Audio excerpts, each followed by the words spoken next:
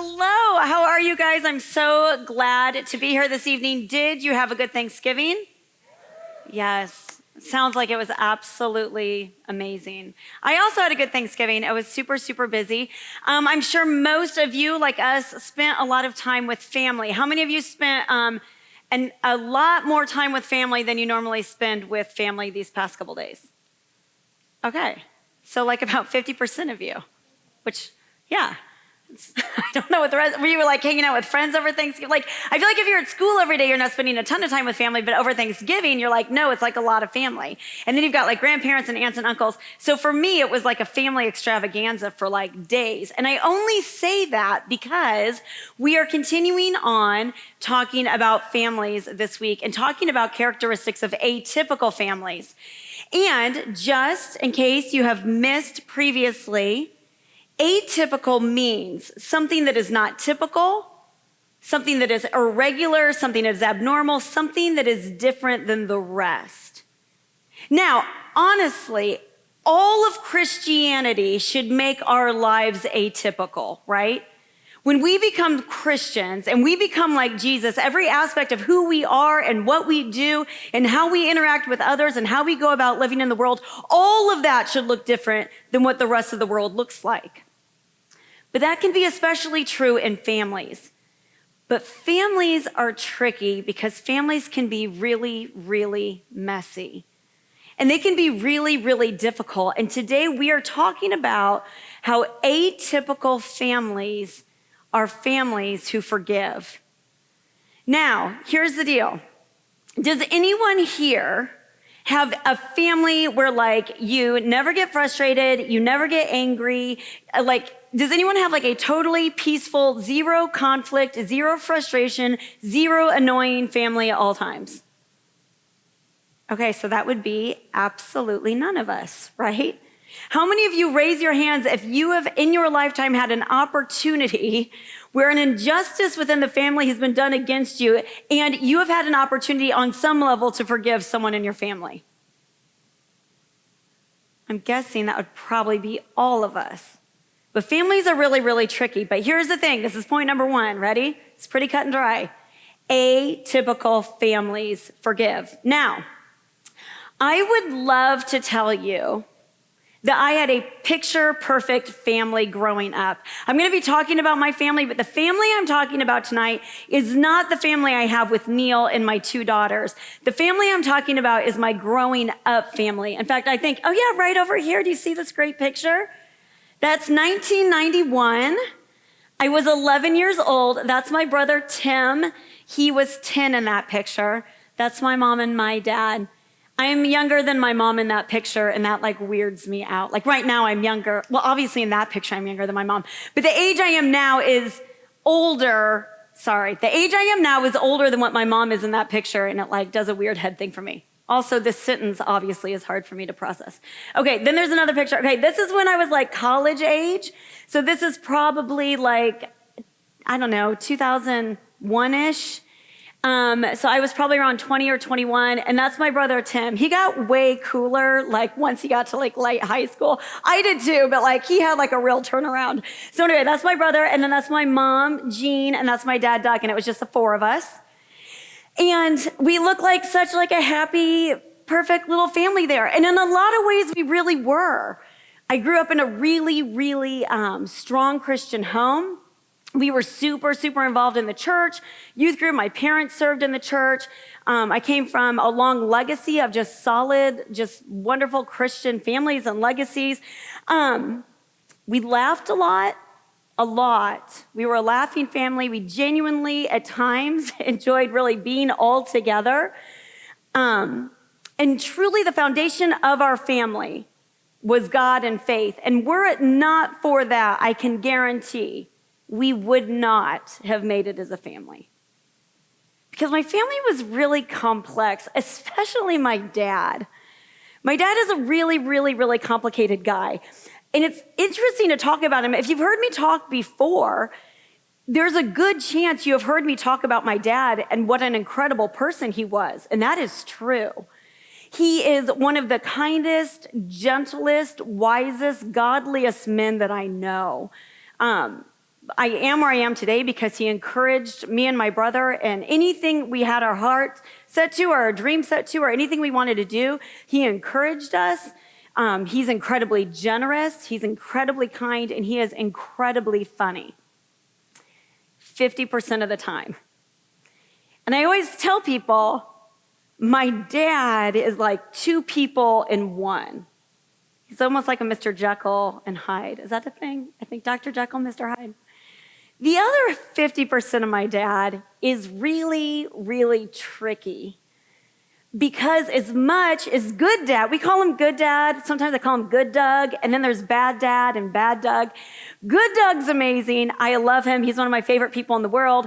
Bad Doug, I want to punch in the face pretty much 100% of the time. He's incredibly infuriating. He can be very sarcastic.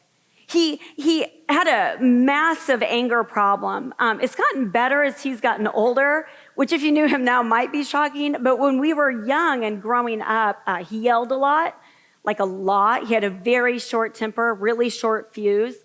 He did this thing where he kind of like can clench his jaw and like you can just like, and he has this little condescending, frustrated look he gets in his face where you're like, oh, this guy is so frustrated with me over like nothing.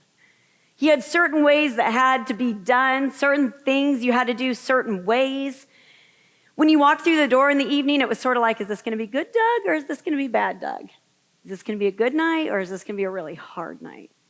Now, I have to admit that for the most part, my dad and I were pretty close. A lot of that is because I worked insanely hard to keep peace in the family. I did not like confrontation or arguing, which is kind of funny because I kind of have myself a pretty short fuse and a little bit of a temper. I blame that on my dad. But I worked really, really hard to keep my dad happy. But when it came to his relationship, especially with my mom and especially with my brother, it was not good. It was incredibly tense. Now, I would tell you, my dad is one of the most loving, amazing husbands there is. He constantly has fresh flowers on the table for my mom for years. But he's also like kind of a punk at the same time. That's where he's so complicated. He's one of the most incredible fathers and allowed my brother and gave my brother the opportunity to do whatever Tim wanted to do. But yet, by the time my brother graduated high school, they almost could not speak to each other. And when my brother left for college, it was bad. And he had basically gotten to the point where he's like, I'm not sure I'm ever going to have a relationship with Dad, and I am certainly not sure that we can ever have like a civil conversation. That's how bad it had gotten through high school. Now, my guess is some of you out there probably are like, wow, I am so glad my family's not like that. And if that's the case, if you have like this really peaceful, amazing, joy-filled family, then do not take that for granted. Be super, super, super thankful and nice to your parents, because my guess is there are many in this room that can identify a little bit with what I talk about. And maybe not quite to that extreme, or maybe even more so. I mean, at the end of the day, we always kind of had this Christian foundation. At the end of the day, we believed in God and we believed in Jesus, and we had that foundation of like, we're gonna keep this thing together. And maybe some of you don't even have that. But here's the deal. No family, whether Christian or non-Christian, no matter whether it's totally peaceful or whether it is extremely tense, like it was in my household growing up, no family is perfect. They just aren't. I can guarantee that even if you're like, I love my mom so much, this is what my daughters say about me all the time, I'm positive. I love my mom so much, she's so wonderful and lovely and perfect all the time. I can guarantee that you have to extend forgiveness from time to time. The Bible talks a lot about forgiveness, right? We're going to get back to my brother and my dad in just a second. But for a little bit here, we're going to talk about a biblical approach to forgiveness. Because here's the thing, we cannot control every aspect of our families. This is what I learned very early on. I cannot control my dad's behavior. And I tried. Trust me, I tried. But we can control how we respond to that situation. And we can control how we respond to that person. But it is really, really tricky. Acting in a Christ-like way, acting in an atypical way, in my opinion, is way more difficult when you have to act that way within the confines of your four walls of your house. Because that's where people let down their guard. Do you know how many people in my town knew that we had a tense, difficult, complicated family life? Like 0. They used to always want to try to place foreign exchange students with us because we were like kind of like this picture perfect family. And all 4 of us were like, absolutely not. And people would always say, well, why not? You guys are such a great family. Because behind the 4 walls of our house, we were like, actually, no, we have like kind of some major issues going on here. Even if you look right on the outside, every family has stuff that they're dealing with. We're going to look at a story from the book of Genesis. And I know you've looked at a couple other stories from the book of Genesis. We are going to be starting off in Genesis 37. It is the story of Joseph. I'm sure many of you are familiar already with this story, but what I want you to do is as I'm going through and kind of giving you we're going to do kind of like an overview of the story, I want you to really put yourself in Joseph's position. It's so easy sometimes when we read through the Bible to be like, oh yeah, I know this story, I know this story, I know this story. But what I want you to do tonight is put yourself in the shoes of Joseph. And think about how you would react. So Genesis 37 is where we're starting, but the story of Joseph's really long, so I'm going to do a little bit of a recap here. When the story of Joseph begins, he has 10 older brothers, but he is his father's favorite son, and the other brothers all know it. So you got 10 brothers, and then there's like the favored golden child. His father buys him special gifts. Everybody knows that he's the favorite. So you can imagine that the brothers get a little bit jealous. On top of that, Joseph tells his brother, so keep in mind, he can't be that old. He's got these 10 older brothers. And he's like, guys, let me tell you about this dream I had. And they're like, what was your dream, Joseph? Because he's like this annoying little brother, probably. He's like, I just had a dream that one day you guys are all going to bow down to me. Okay, so imagine if you had like a little sibling that drove you crazy and was your parents' favorite and they got whatever they wanted all the time and they were a little bit spoiled, like the baby of the family, which right now you might be thinking like, no, I have a sibling that's like that. But then picture that sibling coming up to you and saying like, and also you're going to bow down to me one day. Do you think the brothers were a little ticked off? Yeah, they were like super ticked off. They couldn't stand this kid. So one day, Joseph goes out to check on his brother who are taking care of sheep in a pasture, but it was really far away from their house. So once again, keep in mind, he's got all of his brothers out tending sheep. Joseph's at home with his dad, and his dad's like, you know what, can you check on your brothers? So Joseph puts on his nice, shiny new coat that he gets from his dad, and he walks out to where his brothers are like slaving away in this field, tending sheep to check on him so he can go back and give a report to his dad. Well, when they see him coming, they're just like, it's this guy again, right? It's this annoying brother that's not out here working. He's in all his fancy little clothes, and he's going to give a report to whatever we're doing to our dad. And they came up with this plan that they were going to like sell him into slavery. Okay, so that seems like a pretty extreme response to jealousy, but that should indicate to you how much they could not stand this guy. They're like, we have got to get him out of our household. He's driving us nuts. And they wanted their father's affection, and he was giving it mainly to Joseph. So they throw him in a pit. They're trying to figure out what to do with him. Someone suggested they kill him. They're like, no, we don't want his blood on our hands. What we'll do is we will sell him as a slave. We will stage his death. We'll tell our father he's dead. The father will believe he's dead, so he won't go looking for him. He's out of our hair forever, but thank goodness we won't be guilty of murder, right? That's kind of like what they were thinking. And that's exactly what they do. Okay, put yourself in this scenario, right? You're Joseph in this pit. All of a sudden, all your brothers pull you out, sell you to strangers, and like as far as they know, that is the end. They put blood all over the coat. They take it home to the father. They're like, guess what? He's dead. And obviously the father wept and mourned for the son that he thought he had died. Okay. But in typical fashion, right, God had other plans in the story, lots of twists and turns, move ahead many years. And what happens through a whole series of convoluted events is that Joseph becomes second in command of all of Egypt. He ends up a slave in Egypt, but works his way up. So it is Pharaoh and it is Joseph. And Pharaoh at this time, Pharaoh in Egypt was like a big deal. Joseph has incredible power. In fact, there was a drought that was going on, a famine that was going on in all the land. And the only place that had food in all the land was Egypt. So if you wanted any food, and that was because Joseph had kind of planned this whole thing out, he had organized the whole thing, he was kind of over the food. And so if anyone needed food at all, they had to go to Egypt to get it. It'd be like if there was like a massive famine in North America and we had to go to Ontario. Like Ontario is like the only place that has food. That's what it was like. The whole region had no food except for Egypt, so everybody had to come. And they had to go through Joseph. Well, of course, guess what's going to happen, right?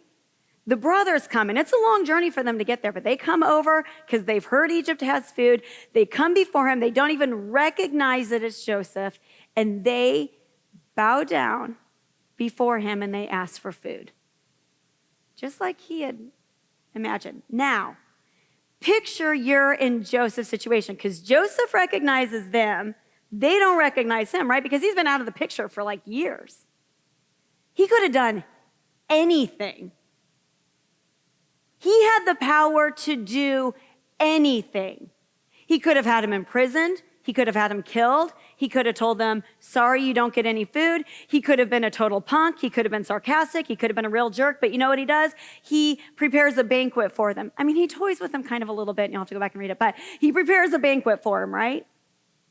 And they all sit down at the banquet, and he reveals who he is. And not only does he provide for them, he gets reunited with his father. He brings them into Egypt, along with Pharaoh's permission, gives them some of the best land for shepherds, so all their animals can graze in the land of Goshen.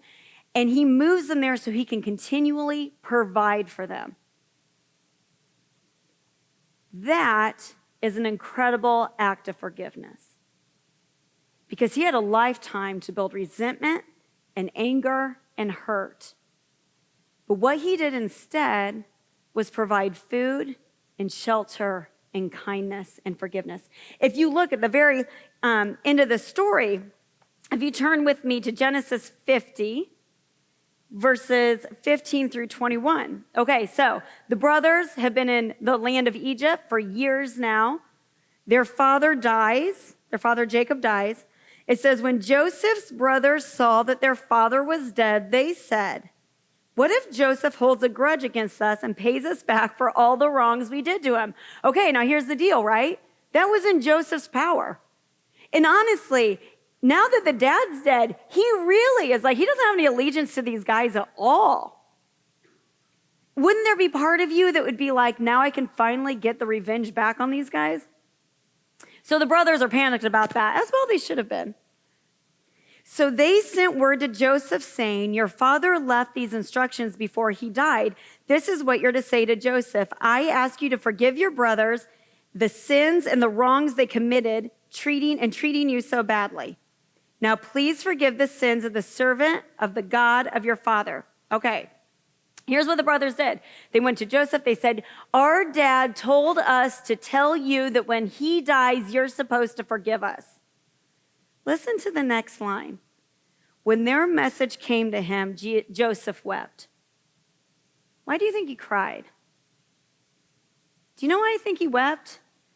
I think he recognized that it was manipulation and lies again. No, my father did not tell you to tell me that. All these years I've taken care of you. All these years I've been forgiving to you. All these years I've done everything right. And yet again, the first opportunity you have, you manipulate and you lie and you try to twist. And you know what? I bet he was just exhausted by it. But his brothers then came and threw themselves down before him. We are your slaves, they said, because they're like worried. But Joseph said to him, don't be afraid. Am I in the place of God? You intended to harm me, but God intended it for good to accomplish what is now being done, the saving of many lives. So then don't be afraid. I will provide for you and your children. And he reassured them and spoke kindly to them. That last line is what gets me. He didn't just provide for them, he reassured them, it's okay. I'm not going to hurt you, and I'm not going to have any revenge, and I'm going to speak kindly to you. He provided for them and took care of them even when they didn't deserve it, and that's what forgiveness is. It's easy to forgive, right? When someone else does everything right on the other end, or if someone's coming before you and saying, please forgive us, but when someone's continually manipulating or someone's continually difficult, or it never ever exactly gets fair or gets even, that's where it gets difficult. Christian forgiveness is rarely fair and easy. It's usually really difficult, and that plays out in families all the time. Because here's the deal. We want it to be, I'm forgiving you, so now you're going to behave better, and so then we're going to have a really peaceful relationship. That doesn't always happen. When you look at another story, if you look at Matthew 18, 21 through 22, it's a story, and it's talking about Peter and Jesus. So fast forward, now we're in the New Testament. And Peter came to Jesus and said, Lord, how many times shall I forgive my brother or sister who sins against me? Up to 7 times? Now, here's why this is interesting. There was this thing that was passed down in Judaism. It's not in the Old Testament law, but it's something that had just like an arbitrary rule that they had told people, if you forgive them 3 times, you don't have to do it anymore. So Peter goes, and he's feeling really good about himself. He's like, Lord, how many times? 7. I would forgive someone 7 times, is essentially what Peter's saying. Aren't I such a good Christian? And Jesus said, I tell you, not 7 times, but 77 times. He's like, nice try, Peter. But what I actually want you to do is forgive, and then forgive again, and then forgive again, and then forgive again. So many times that you're not keeping track anymore, even if they do the same crummy thing to you over and over and over and over and over again, and you forgive it again. Is it fair? No. Is it atypical? Definitely. Is it Christ-like? For sure. It goes on in the passage to tell a parable of a man who had a huge debt. It was a debt that he absolutely could not pay. He was forgiven of the debt. So this, if you read on in Matthew 18, Jesus tells this parable at the end. The man had a huge debt. He couldn't pay it. He was forgiven of that debt, and the one that he owed the money to let him go and didn't make him pay 1 penny. So imagine a debt you could never repay. But then, when someone asked the same man, the one that was forgiven, to forgive them of their much smaller debt, he refused. So the rich man forgave a man that owed him a huge debt. This man had someone else that was a little small debt. And although he was forgiven a massive debt, he wouldn't forget the other person that owed him money. And he suffered a massive consequence for that. This is the point of the story. It is an incredible picture of Jesus and us and others and forgiveness, right? Because how many of us sin all the time against God?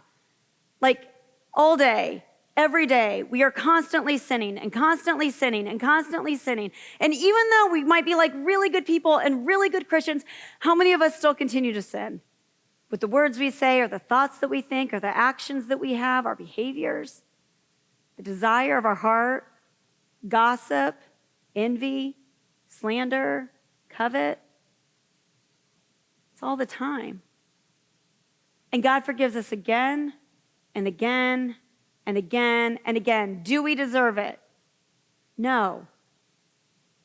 So if our role as Christians is to be Christ-like in the rest of the world, right? If we are to represent Christ to the rest of the world, and we have Jesus Christ who forgives us, died on the cross so that every day he could forgive us again and again and again and again, to be Christ-like ourselves means that we also need to forgive again and again and again and again, even if it's not always fair, even if it doesn't always make sense, even if it's really hard. Because unforgiveness can drive this wedge of absolute resentment and pain and hurt and division. It can and it will every single time. God doesn't want that for your relationships. He certainly doesn't want it for your families. He didn't want that between him and you. He didn't want that between God and you. He doesn't want that pain. He doesn't want that hurt. But there has to be forgiveness. What better way to show Jesus Christ to the world than by doing something completely atypical, like forgiving when it doesn't make sense? We can be Christ-like to our families through forgiveness.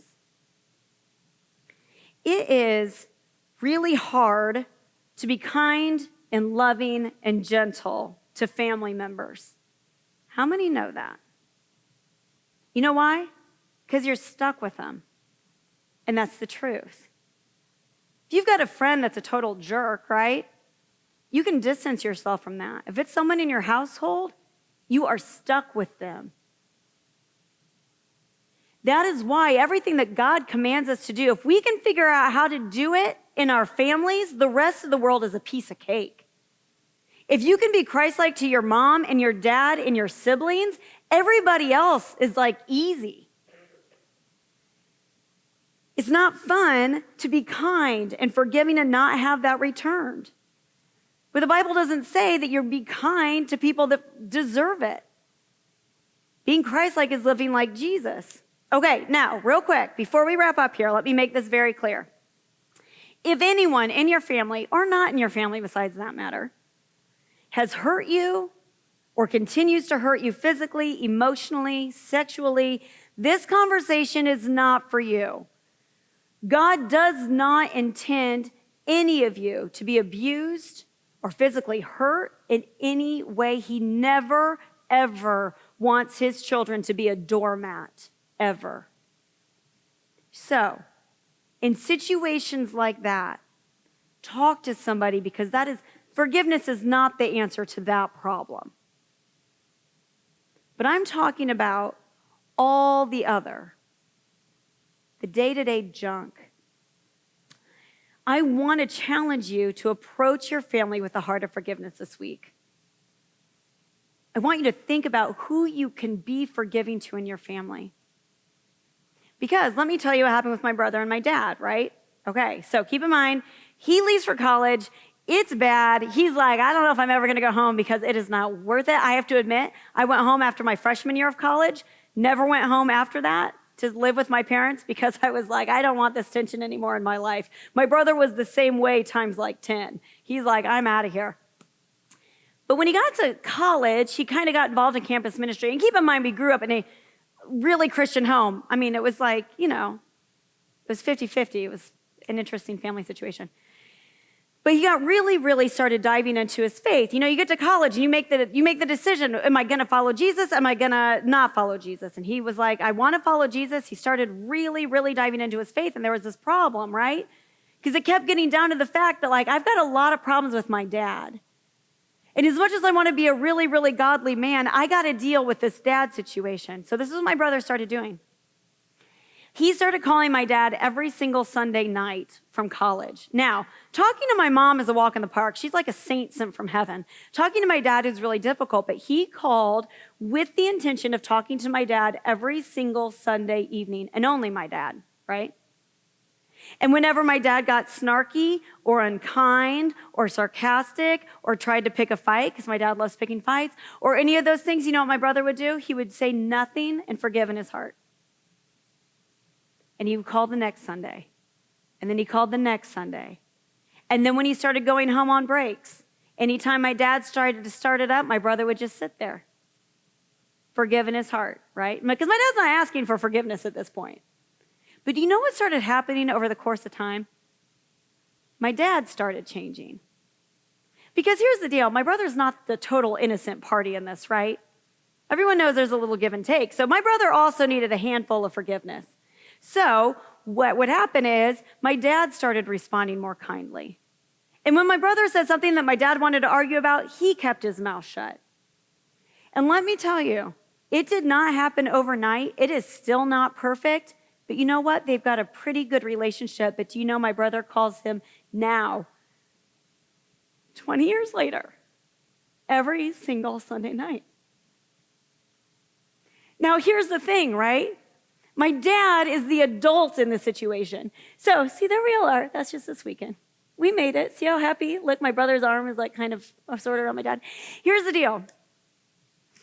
In theory, it should have been my dad being the one reaching out in forgiveness. He's the adult. He's the one that's supposed to be like this Christian leader of the family. He's the one that like he should have made the first move. Did he make the first move? No. The atypical behavior was my brother saying, if I want to be a true Christian and if I want to be Christ-like, then I've got to make the first move. Forgiveness in a family is hard. And I can assure you, we do not get to that family picture without massive doses of forgiveness on all levels, from all people at all times. But it's good. And I can tell you that there's not massive levels of resentment, but it is hard. Atypical forgiveness is not easy. Living like Christ is not easy. It is a heavy burden to bear.